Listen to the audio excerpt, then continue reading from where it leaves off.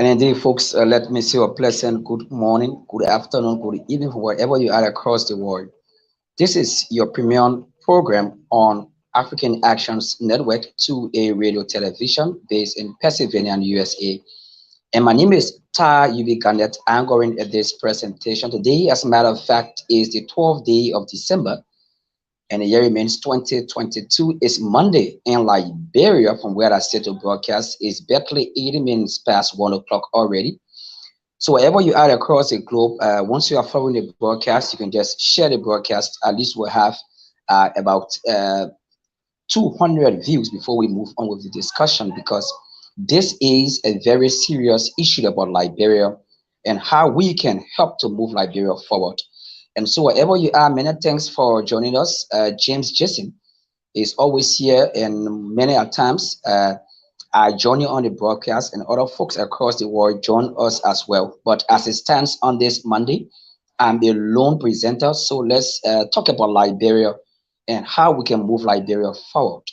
Whilst we are waiting for you to share the broadcast as much as possible so as to have more views before we can dive into what have breathed out of the basket for discussion this Monday afternoon in Liberia and other parts of our global village. And let me quickly highlight what has breathed out this afternoon for discussion. As a matter of fact, Inside Liberia comes on twice a week, Mondays and Thursdays, from 12 up to 1 o'clock. But because of time factor, we had to do a little adjustment so as to ensure that we bring you quality information as you are all watching and wanting to hear. But let me quickly rumble through what is on our template this afternoon. Firstly, we'll look at the role to the December 17 protest. You may be aware across the world, particularly diaspora Liberians, that uh, folks believe to be stalwarts of the opposition Alternative National Congress have been back on station of protest, a peaceful assembly, so to speak, and name and style, we are tired of suffering. And every time we've heard of protest with different slogans, and the protest is right at hand. We have barely 5 days to this much talk about December 17 protest. And so we thought to look at that this afternoon, look at some key issues. What should be the role of the Ministry of Justice? What should be the role of those Liberians that want to petition their leaders? What should be the role of other folks from opposing parties? What should also be the role of civil society actors? And what should be our roles as independent Liberians? Some of us not want to get involved with some of these protestations across the country. Some of us decide to sit home, but when there is something that we feel may not favor us, though we've chosen to be independent, we want to take another side. So if you are on the fence, remain on the fence. If you are protesting, go out there and assemble peaceably as per your constitutional right. If you are from the other side, probably you are in position, or you are the opposition, or you are no position. Either side you find yourself. One thing we must hold constant is the fact that Liberia remains our common patrimony. And so this afternoon, we want to dive into that deeply, because we will do a little throwback to protestations we've held in Liberia, the outcome, and how these protestations have a paradigm shift when it comes to our growth and development as a West African nation. But just before moving forward, I just thought to bring you all up to speed. The President of the Republic of Liberia is currently in the United States. You may be aware of this US African Summit, talking about young leaders building up their innovation. And as a matter of fact, the president will on tomorrow address that summit. And so we tend to hear many of the workable plans that he has underway when it comes to ensuring that there is a change in the developmental drive of Africa, and that there will be a long-standing relationship between our US counterpart, and African countries. And so tomorrow, the president will address that US African summit in the United States of America. And that summit, the host of that summit for this year is the US President Joe Biden. And so that's just an update from the executive mansion. But moving forward, we know that Liberia has a very deadly past when it comes to the race riot, moving on to the 1980 coup, moving on to the 14 years of civil unrest that brought devastation, perpetual suffering, and a dramatic setback to our growth and development as the oldest independent African republic. Hope you are sharing the broadcast. Before I can dive deeper, I hope to get about 200 to 300 views, then we can move on with what we've already highlighted for discussion this afternoon. But as much as possible, I was just giving a little throwback. We can recall that there were strong, vibrant, proactive. They had all of the exuberance, very active folks back in the days, in yesteryears, with the likes of the late Bacon Matthew, peace be unto the ashes, Gabriel Molev, one of those stalwarts, and the founder of the Unity Party. We had the likes of Jackson Fiedor, that the Tabata Memorial Hospital is named after today. And we had the likes of other folks around here today, like the likes of Henry Boyman family, and a lot of other folks. Those were Liberians that stood up against the regime vehemently, though at the time many of them were university students, but they were also on the front line advocating for better livelihood for Liberians. In 1979, if you can recall the race riot, that race riot erupted as a result of an intended peaceful protest. That race riot erupted at the intent of a peaceful gathering. So now, here we are. Intents are expressed to have a particular plan achieved, to have your aim and objectives met. So you may have the intent to peaceably assemble. But are we also studying the consequences surrounding our gathering? This analysis is not from the blue sky. Many of us folks can recall the race riot that have left many of our brothers, sisters, cousins, nephews, aunties, and uncles as exile Liberians. They are now being named and styled diaspora Liberians. Some of them are referred to as refugees. To some extent, some of them are aliens, some of them are immigrants, whatsoever name and style. But don't forget, however, Liberians have a common patrimony, and that common patrimony is our beloved country, Mama Liberia. And I will say this to everyone. If no one loves Liberia, I love this country so dearly. And that's why we always stand on the front line, thus ensuring that we always preach messages of peace. And that's why I borrowed this statement from one of Liberia's orator, Kingsmill or Revoji County, a typical Liberian man, and a doctor, as a matter of fact, Dr. Dokwe Christian, when he served as one of Liberia's Independent Day orators during Madam Salif's regime, he informed Liberians that having peace is far better than living in a skyscraper. So that's why we always conscientize Liberians that above everything else, we must maintain this peace. This peace that was long fought for. It's a peace that must be sustained at every given point in time. And so the race riot went on. That led to the 1980 coup that brought in the first military regime in this country. led by Master Sergeant Samuel Kanyando.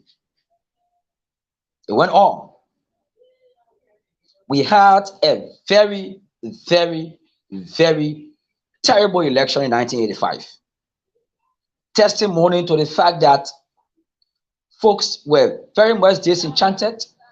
At the time, we had the likes of Gabriel Bole, Jackson Fiedo, this guy from Jackson Fiedo then represented the Liberia Action Party. Gabriel Bole was representing the Unity Party. And we had, was not Asik Manor, but another folk from the Liberia Unification Party. Those three parties intended to form a merger to go against the military regime headed by Master Sergeant Samuel Kanyando. At the time, it was the PRC regime, People Redemption Council. So many Liberians that have followed Liberia from independence up to current, they saw the need not to continue with a military government. And it was also their wish that upon ousting William Ira Turbo Jr. from power, the military regime could be able to run the country and lead the country up to the election, because at the time, the constitution had already been suspended. But in 1985, the NDPL, the National People Democratic Party, headed by then Master Sergeant Samuel Kanyando, got into the election. So the only way under these patriots and staunch politicians in Liberia thought in their minds they could oust the military regime from power was to form a mighty coalition. And that coalition was between Unity Party, Liberia Action Party, and the Liberia Unification Party. But that merger was not successful. That merger was not successful. And the failure of that merger saw Master Sergeant Samuel Kanyando being elected officially as Liberia's president. We went on. 1989, just on the eve of Christmas. If we're still in 1989, then it could have been 12 days to the much talk about civil unrest in this country. When the insurgents of rebels entered Liberia by Butuo in Nima County, then headed by ex-jail president, former president of Liberia, Charles Dakwana Ganke Taylor, the legs of Prince Johnson, currently senator of Nima County, political leader of the Movement for Democracy and Reconstruction, one of the political parties in Liberia. And that insurgents took us to over 14 years of civil unrest. I'm giving these throwbacks because we must know where it all started from. And Liberians will in no way want to go back to their dark days. There are a lot of things that have happened in post-war Liberia. Protestations from all angles we can recall. I did a statistics during Madam Salif's tenure, and that government managed the highest protestations in this country, from defunct AFL personnel to civil servants to student populace, and you just name the rest. But never did Liberians revert to their deadly past. They came in to the CDC-led government, currently headed by His Excellency Dr. George Manning Weah, 25th president of this republic. President Weah took over in 2018 upon being elected in the second round of the 2017 presidential election. He took his oath of office. That solemn oath of office was taken, and he was sworn in as head of state, head of government, and commander-in-chief of the armed forces of the Republic of Liberia as enshrined in Article 50 of our Constitution. Just a year after, one of the biggest gathering of Liberians in the name of protest was the June 7 protest that was staged up Capitol Hill. In Liberia's history, it was the highest gathering of protesters in this country.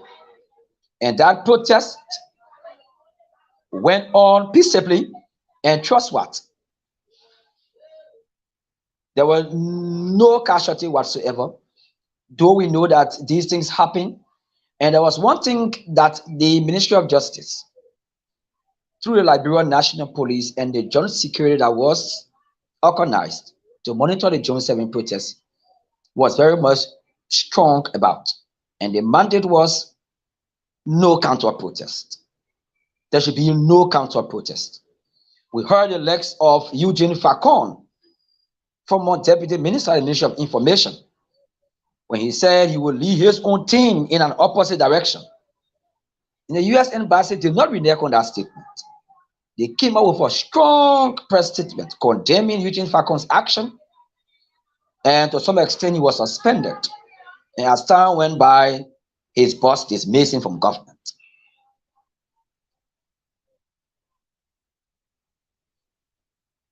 January 16 protests came up when the legs of District 10 representative, now a lone man in the wilderness, because he has resigned from his political party ANC, he has also resigned from the collaborating political parties, CPP. I'm talking about Honorable Yeke Koruba. We saw his pickup stockpile with bags of rice, pot, bags of cocoa pot, and they lit fire on the grounds of the capital. And that action was unexcused by the government, and they saw it as a means of dispersing those that converged for the January 16 protest. Now here we are. Another protest is right at hand. Barely 5 days to go to this much talk about December 17 protest. This protest was never underway. This protest was never heard about. This protest was never thought of. Not until former Liberian diplomat, former Minister of Information, former Security Advisor to exiled in jail former Liberian President Charles Taylor, and former Liberia's representative to the United Nations, Honorable Louis Brown, had officially declared his intention to become a full-fledged member of the ANC and formed part of the Team Cummins. Days after this protest was officially announced to be carried out on the 17th of December, we have 5 days to go. And Liberians, particularly diaspora Liberians, have been left in a state of wonderment. Some of them that name and style themselves Decembrists is a popular name in Liberia, though, because many a times during the December month, there are folks that always make their way to Liberia, particularly from the US and other areas, to enjoy the sweet taste of nature. And so they have been named and style Decembrists because they normally come down for vacation in their home country.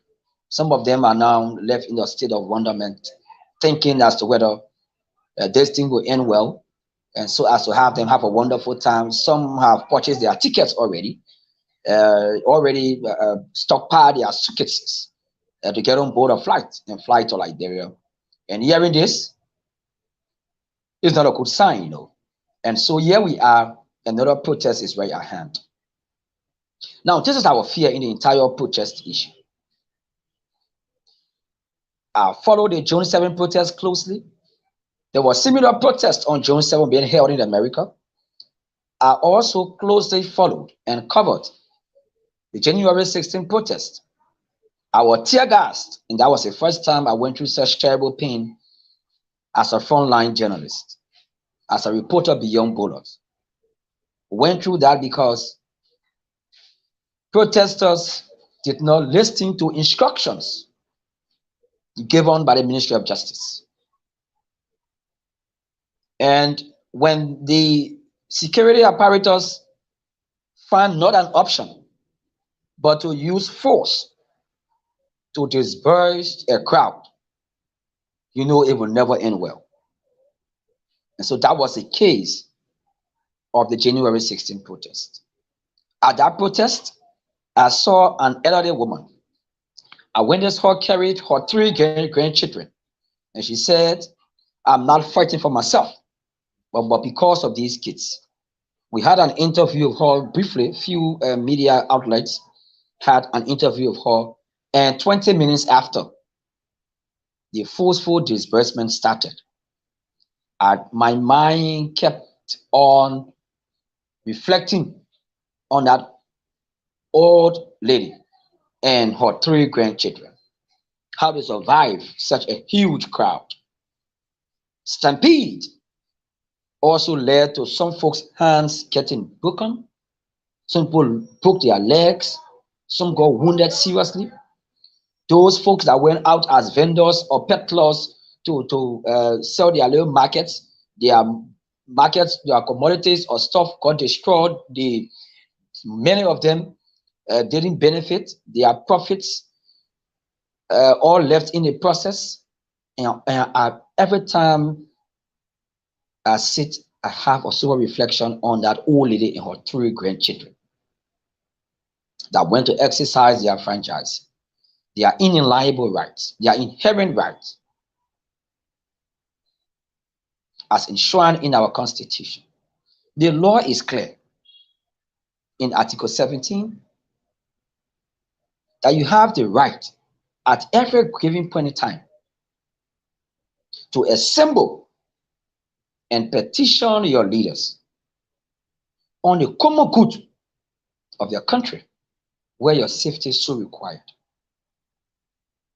If the economy is bad, you have the right to assemble and petition your lawmakers or the president or the government. If your roads are inaccessible, deployable, you have same right.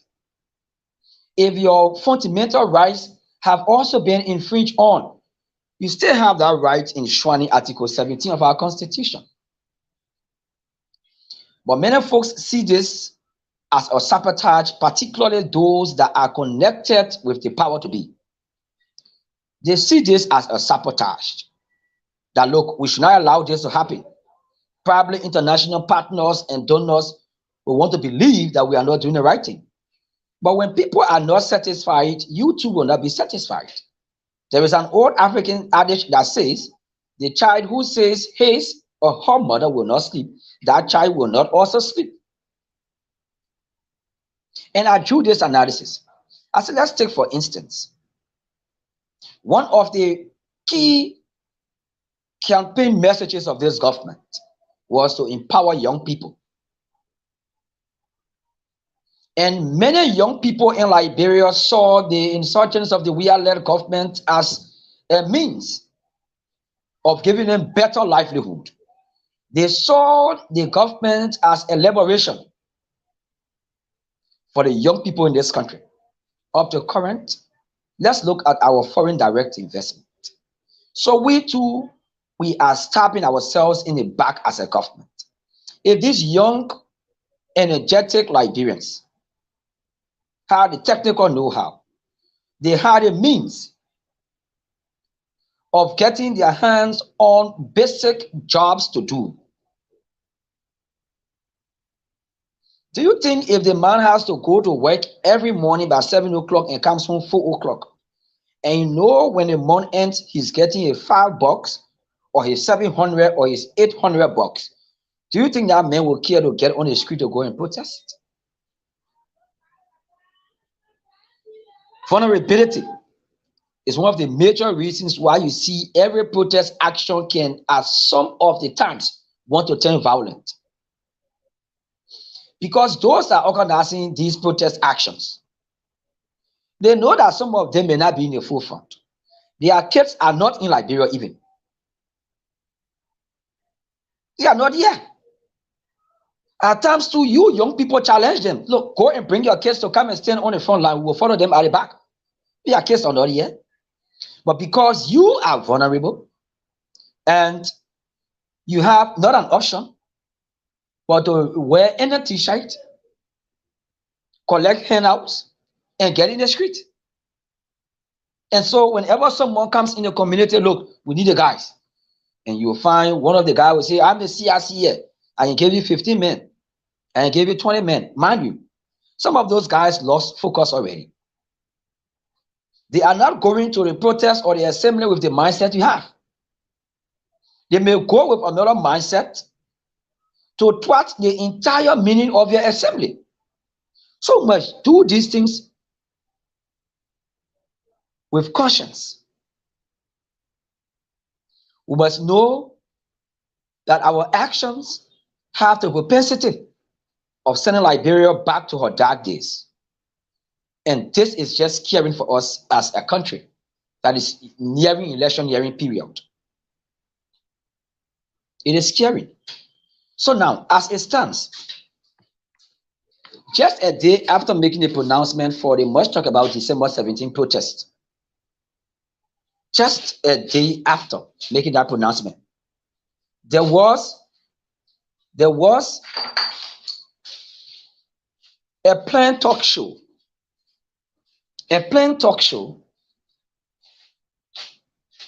by Voice of Liberia inviting Honorable Louis Brown to come and expand on why is it important to have protests at such a period.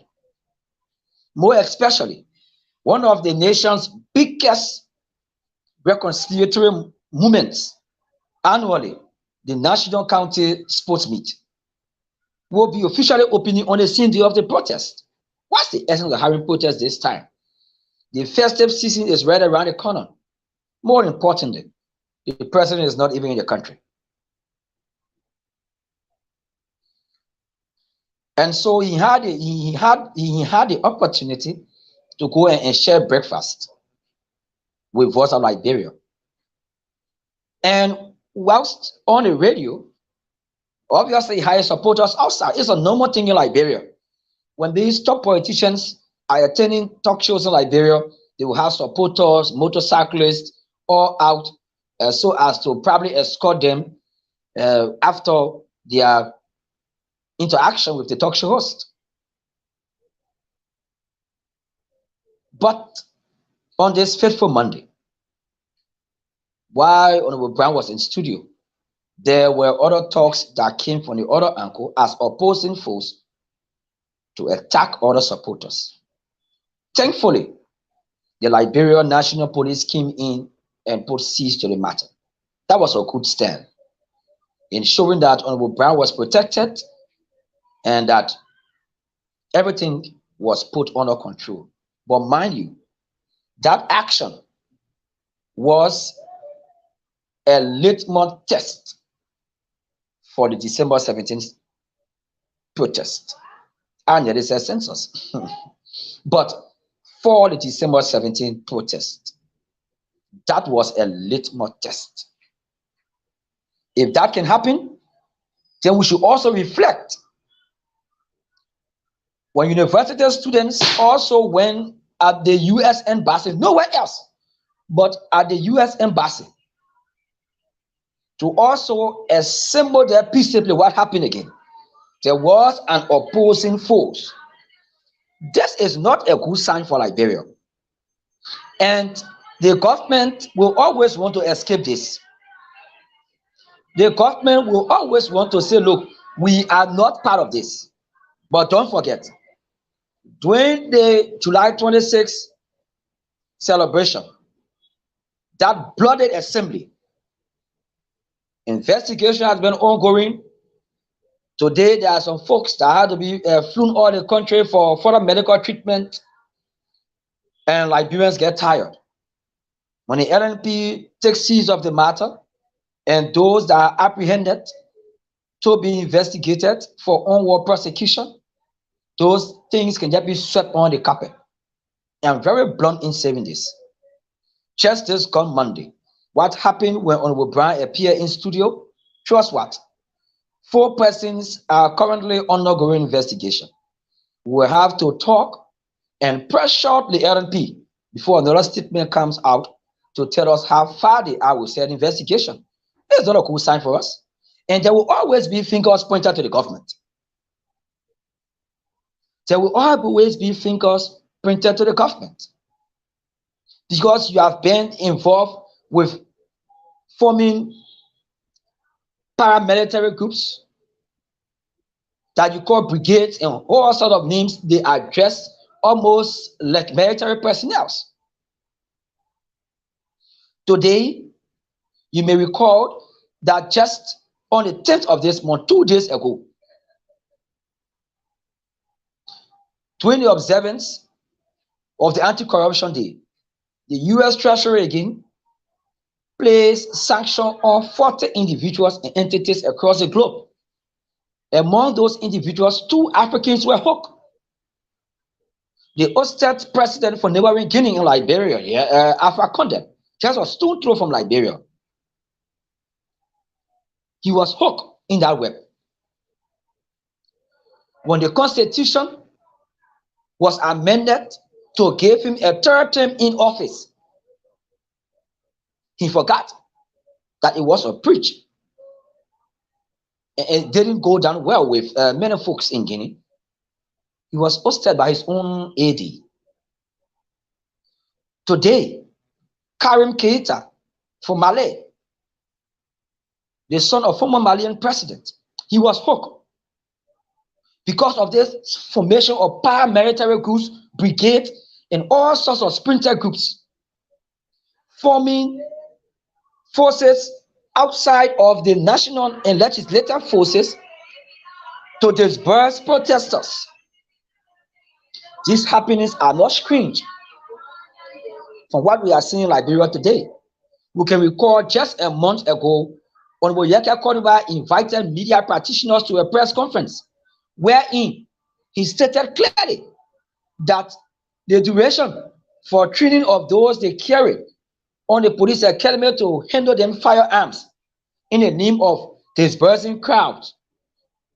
When Karim Keita was sanctioned by the U.S. government a couple of days ago, I reflected on that press conference held by Honorable Konuba. I reflected on that. So we must be careful as a government. There are some folks that want to hide under and take the face of the government, whereas the government may be practically innocent.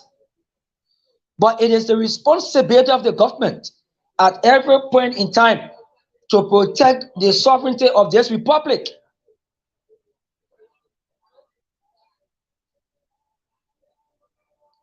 Though I listened to the Chief of Staff of the Armed Forces of Liberia, Major General Prince C. Johnson III, when he served that caveat was right after the happening I just informed me about.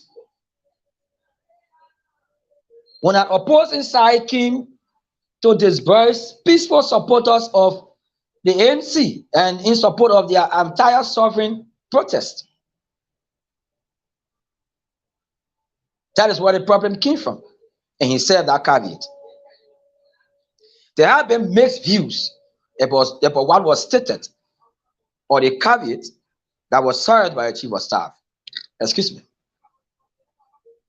But these mixed views must also be considerably looked at critically from all angles. You have a president that has stayed more than 3 weeks out of the country with a huge entourage of government officials. The Attorney General, Minister of Justice, Councillor Frank Musa Dean, is currently in charge in consultation with the Vice President and in telephone conversation with the President, or consultation, so to speak. And the Chief of Staff came out with such a caveat that if for any reason the Liberian National Police cannot come up to restore calm, or if the situation exceeds their civil responsibility, he will have his guys sent out of the barracks. Agreed. That could be a statement to instill fear. That could be a statement to, as he quoted, serve as a caveat. Verbatim. But constitutionally, and as per the National Defense Act of 2008, read section 2.3e, that tells you that no matter what it takes, when the civil authority cannot take seize of the matter, the Ministry of Defense will inform the Ministry of Justice, who will then pray the president to assist, because the president remains the commander-in-chief of the armed forces of Liberia. So the Ministry of Justice will now pray the president to allow, listen to this, the military police is the first option. The military police, as per the National Defense Act of 2008, military police is the first option, and they can only be asked out by the president. By the president. Even during emergency powers, as enshrined in Article 85, it is also incumbent upon the president as a commander-in-chief to ask the military personnel out of the barrack. That is where my own mixed reaction came from when it comes to the statements authored by the COS. But also, in my honest understanding, this could have been done in consultation with the president. If not so, there could have been a statement of rebuttal from the presidency. But silence means consent. So for the fact of the matter that the presidency has remained tight-lipped on this caveat served by the chief of staff, it obviously means that the presidency consented, and that is obvious. Moving forward, the chief of staff again came up with a stunning revelation that he had received numerous of text messages from individual Liberians in and out of Liberia, calling on him to stage a coup that will oust President Weah from power because of his prolonged stay from the country. And all of these things are coming up whilst we have a protest that the slogan alone is carrying, "We tire suffering." So what can we do?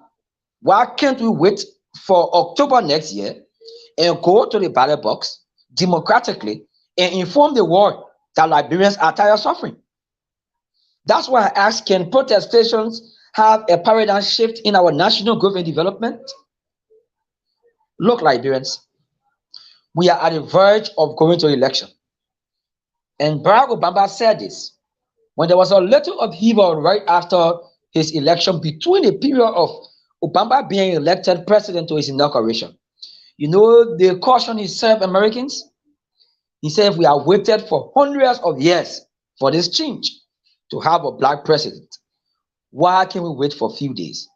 If you are Chicago, you are claiming that you are suffering, you are tired of suffering, and you don't want to suffer anymore. But trust what? Those persons that you are going to petition, they were elected by you. You elected them. You gave them power. You employed them. And the most devastating part, you pay them with your money. Agreed. You can go and petition them. But all we pray for is that this should be done peaceably. We do not want to revert to our dark days. So those persons, because every politician in Liberia will always run for the crowd. Even 10 men petition can change a country. You don't have to pull a crowd that will become uncontrollable. And anything that happens that will turn that assembly into something else, those leaders will be held liable. Moving forward, let me quickly read out this letter for the Ministry of Justice. After all of the hullabaloo, let me quickly read out this letter from the Ministry of Justice. Let me quickly read out this communication from the Ministry of Justice. Republic of Liberia, Ministry of Justice, 14th Street, Payne Avenue, Cinco, P.O. Box, 1915, 1000, Monrovia, 10, Liberia. I just hate to see these pieces of information when it comes to the address on letterheads in Liberia. We don't have a fixed system when it comes to identification of housing units in this country. Hope after latest exercise ends peaceably, we can get better identification of structures in this country, better address its securities to have their jobs done easily. So let's move on.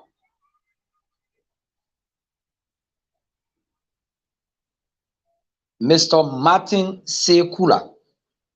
The letter is addressed to Mr. Martin Sekula, Deputy National Secretary General, Collaborating Political Parties, 19th Street, Cinco, Monrovia, Liberia. This letter is dated December 8th, so it's approximately 4 days ago, 2022. Dear Mr. Kula, we present compliments and herewith acknowledge receipt of your letter of November 28, 2022, informing us of a planned rally slated for December 17, 2022 to be held within the outside space of the Samuel Kanyando Sports Complex, consistent with Article 17 of the Constitution, which guarantees all persons at all times in an orderly manner, and not just an orderly manner, but in an orderly and peaceable manner, the right to assemble and consult upon the common good, to instruct their representatives, to petition the government or other functionaries for the redress of grievances, and to associate fully with others or refuse to associate in political parties, trade unions, and other organizations. We hereby approve and grant clearance for the rally. So the Ministry of Justice quoted the law before agreeing and granting or serving approval or giving clearance for this rally. Accordingly, we have directed the Liberian National Police to provide the necessary protection as you peacefully assemble. Please contact the Inspector General of the Liberian National Police to discuss and agree on the details of your planned assembly. Regards or kind regards, Councillor Frank Musa Dane, Minister of Justice, Attorney General, Republic of Liberia, CC, Honorable Patrick Sulu, Inspector General, Liberia National Police. So this is where we are. So the Ministry of Justice has given you a go ahead, but there are responsibilities attached to those rights that you are breaking about, and you must be responsibly responsible for any action thereof that may lead to something else, which we don't pray for. But know who are those conversion. May they be properly unified. Know that they will be guided by the Liberian National Police, because where one man's rights stops, another person's rights begins.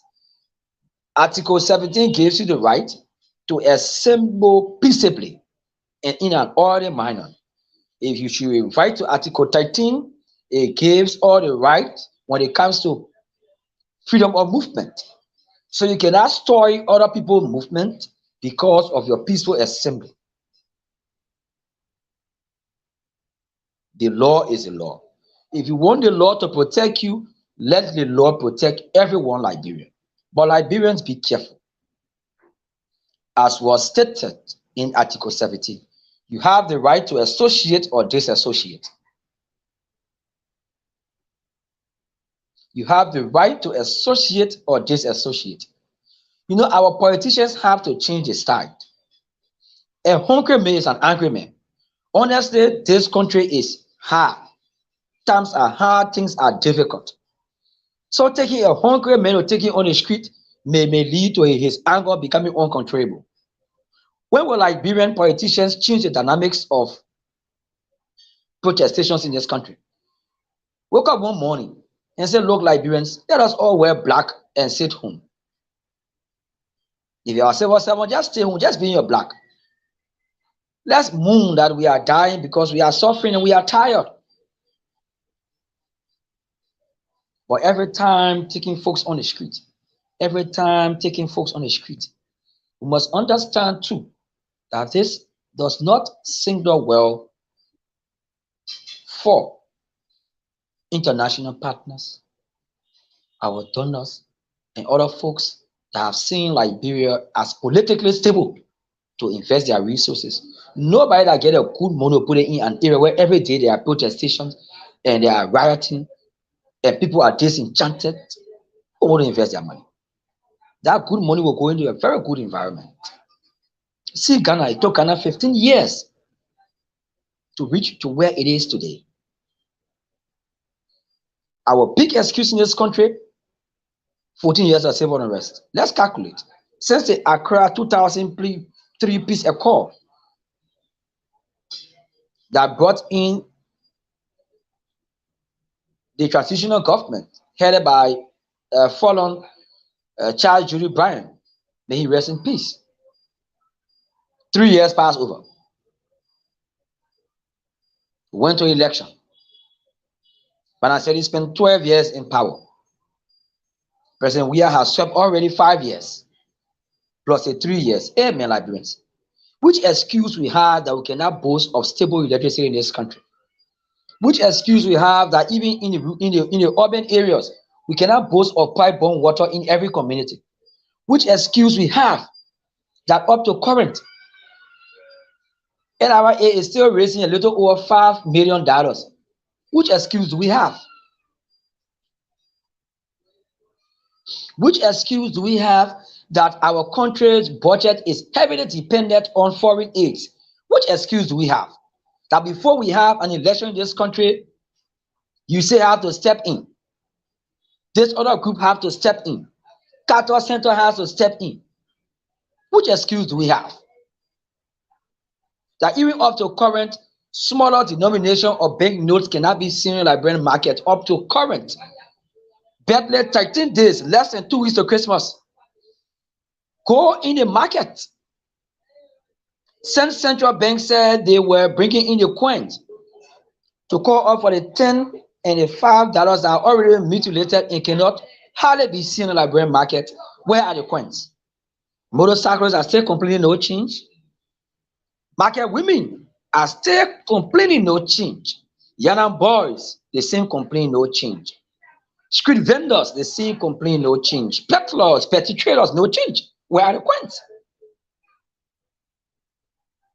So we know that there are some things that are not just going right, but the manner and form in which we choose to approach these things can see Liberia move forward in a right trajectory towards lasting development, or can see Liberia retrogressing, which we don't pray for. And everyone wants to score political grade out of vulnerable Liberians because they are frustrated already. They are frustrated, they are tired, and they have no hope. Their hopes are lost because they were voting for hope for change or change for hope. But whether they are still hoping for the change or they are changing for the hope, we don't know. But they are somewhere in a state of dilemma. They cannot understand how to survive. But consciously, we all know that the best process in any democratic nation to change the course of action, to have a paradigm shift in your leadership structure, is to go to the polls. The ballots and no longer bullets. The ballots remain our trump card. Bygone are the days where Liberians will reach around electioneering period and say, oh, like people think they're going to go do their thing. And those that can always abandon the process are the most affected. They're the most affected. So you politicians, active politicians, you need to stop this. Every time you want to protest, let me just say this openly on this platform. If anything happens in this country that will see us trying to return to to the dark days, you will not be left out of the clip. Because there are many other ways to alter your action to get better redress. To read a petition cautioning the government that Liberians are tired, you don't need to take hundreds or thousands of people and put them on the street. If you can control them, fine. And to those folks from the opposition, yeah, those are in position. There are few folks in there that can stop at nothing than to always create chaos. They got bandits and other guys around, particularly those disadvantaged youth, that they can put together and bring them out to disrupt peaceful assemblies. It is their habit. It is not a secret. It is their habit. And we are approaching the election. From the early part of next year, we will start to remind them of their actions, so as to conscientize them. If anything happens, we will also name them. And the security apparatus should not renege when it comes to grabbing them.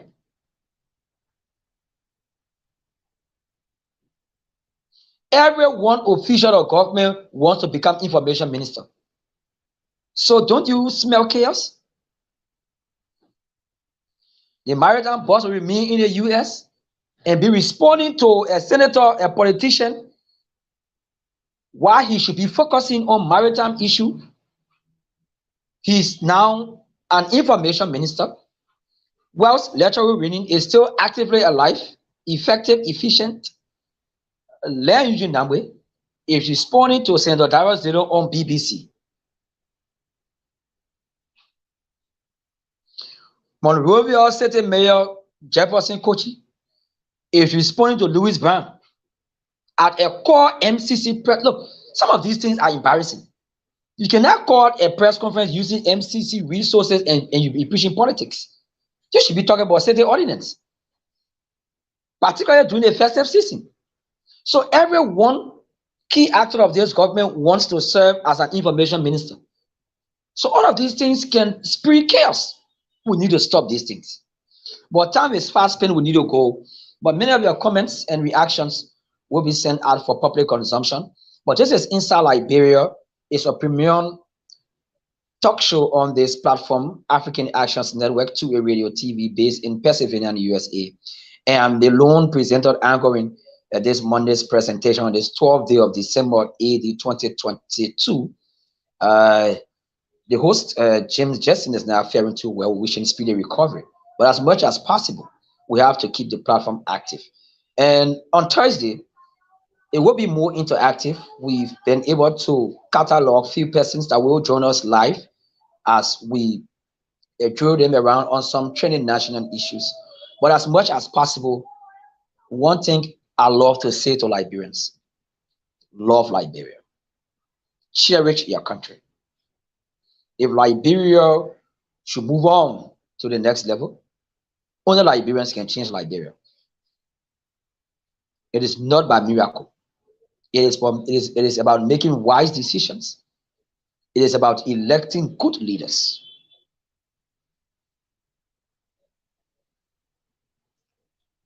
Desperation for power cannot change anything.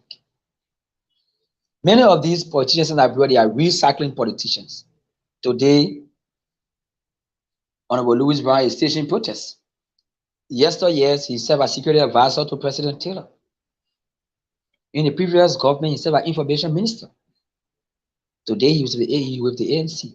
So, folks, let me say thanks so kindly to all of you for following the broadcast. Your comments, your suggestions, your questions will be sent out. Keep following Two-Way Radio TV, share the broadcast, and let this message go across. Let Liberians know that we will settle for nothing than to see peace throughout our transitional period.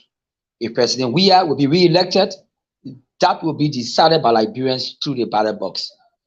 If we have another president to succeed President Weah, it can only be decided through the ballot box. But no more should we return to our deadly past. Liberia remains our common patrimony, and Liberia is the only country we cannot be deported from. And let me say many thanks to Patience Blair Atto, who sat at control in Pennsylvania and USA and streamed live this broadcast across the globe. Until then, my name is Tai Ubigandet, bidding you a splendid rest of the Monday from Monrovia, Liberia. Have yourself a wonderful rest of the day.